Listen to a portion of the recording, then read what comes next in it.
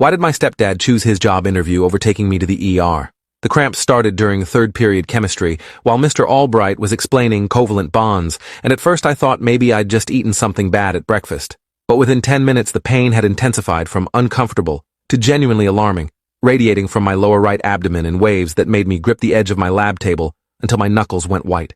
My lab partner Destiny noticed me sweating and asked if I was okay, and I tried to say yes, but another cramp hit and I doubled over, nearly knocking a beaker of solution onto the floor. Mr. Albright stopped mid-sentence and came over, taking one look at my face and immediately writing me a pass to the nurse's office. I gathered my things with shaking hands and walked slowly down the empty hallway, each step sending jolts of pain through my side that made me wonder if this was what dying felt like. The school nurse, Mrs. Kowalski, had me lie down on the vinyl cot in her office and started asking questions about my symptoms while pressing gently on different parts of my abdomen. When she touched the lower right side, I actually cried out, and her expression shifted from concerned to seriously worried. She asked when I'd last eaten, if I'd vomited, if I had a fever, and I answered as best I could through gritted teeth. She took my temperature, and it was 101.3, which she said combined with the location and severity of the pain meant she needed to call my parents immediately. I gave her my mom's work number first, but it went to voicemail after 6 rings. Mrs. Kowalski left a message saying it was urgent, and then asked for another contact. I hesitated before giving her my stepdad Derek's number because he'd made it very clear that he didn't want to be bothered during work hours unless it was a genuine emergency, and I wasn't entirely sure this qualified, even though the pain was making me nauseous and dizzy. Derek answered on the 3rd ring with an irritated, "What?" that I could hear from across the room.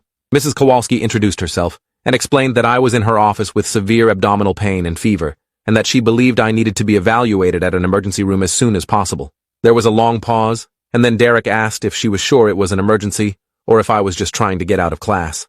Mrs. Kowalski's jaw tightened, and she said in a very professional voice that yes, she was quite sure, and that the symptoms I was displaying were consistent with appendicitis or another serious abdominal condition that required immediate medical attention. Derek sighed loudly and said he was in the middle of something important and couldn't leave right now. Mrs. Kowalski asked if there was anyone else who could come get me, and Derek said my mom was at work too, and that I'd just have to wait until one of them could get there. The nurse's expression shifted to something close to disbelief, and she said that waiting was not advisable given my symptoms, and that if no parent could come, she would need to call an ambulance. That got Derek's attention, and his voice got sharp, saying absolutely not to call an ambulance because our insurance had a huge deductible, and we'd be stuck with a massive bill.